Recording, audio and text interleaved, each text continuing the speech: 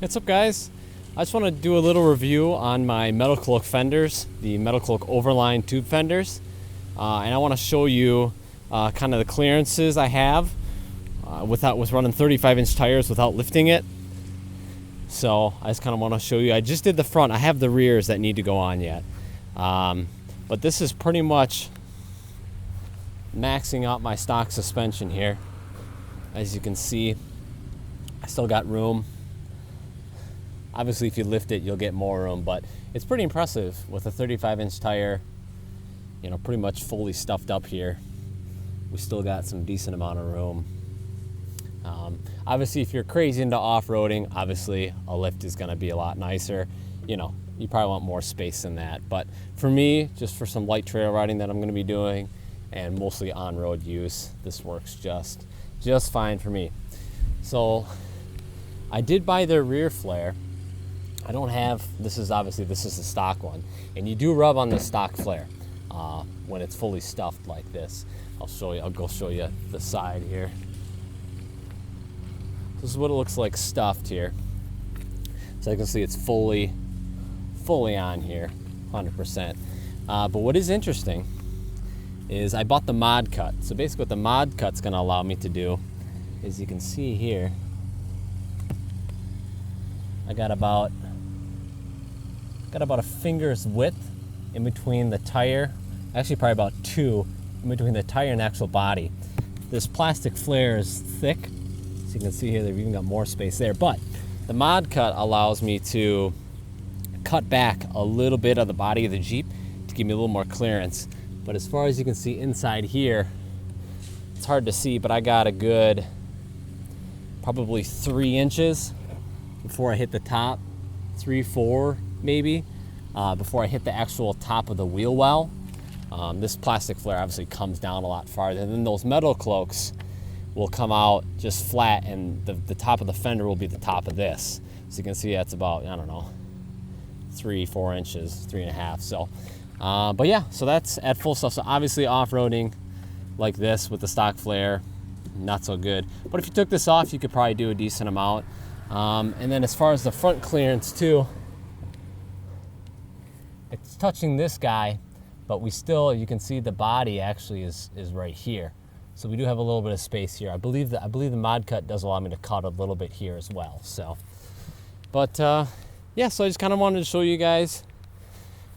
This isn't the steepest incline, but just kind of wanted to show you guys what it's like with those Metalcloaks and how much clearance I have with 35's without lifting it. So, but yeah. But as far as the Metalcloak fenders go, I absolutely love them. They look really good. The fit's very nice. I got the little LED turn signal in there, which is really cool. The Metalcloak logo's nice. And what's cool about these is you can have different size flares. So I opted for the rub rail, which doesn't do a whole lot of good as far as, you know, keeping stuff off your Jeep, but I like the look of it. They sell I believe it's a 4-inch, a 6-inch, and an 8-inch flare that's more flared out. So if you want to actually have a flare, I would definitely get something like that. But I like the rub rail look. I do have a set of 4-inch going in the back, and that's roughly the same size as stock. So, but yeah, bedliner. I bedlined all of this. This all came bare metal to me.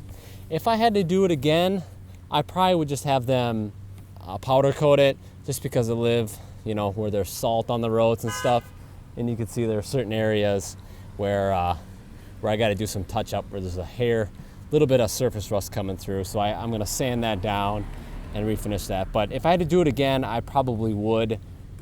I would have Metalcloak powder coat them, and then I would probably go over it with bedliner just for that look that I like. So, but got a nice access panel here for the bolts that attach it to the fender, or the fenders to the body of the Jeep. Pretty simple install. If you've unbolted body panels and, you know, can follow instructions and are halfway handy, you can definitely do this. So here's what it looks like on the inside here. We have the actual fender itself and then the inner fender, and all your accessories bolt right up to this. They're already pre-drilled and everything, so you just bolt everything on. So that's just really nice. It's all basically just bolt-ons. So battery goes in the same spot. So yeah, I'm really happy. Really nice quality. All the welds look really nice.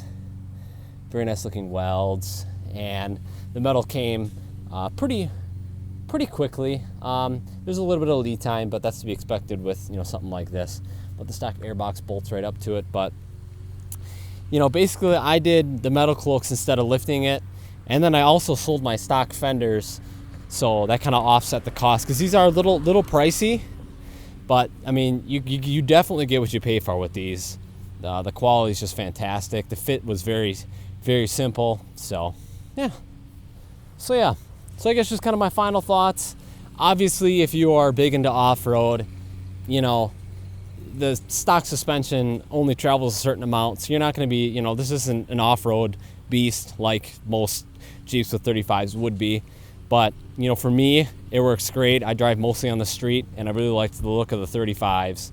So this is definitely good for me. But yeah. So I hope you guys enjoyed the video.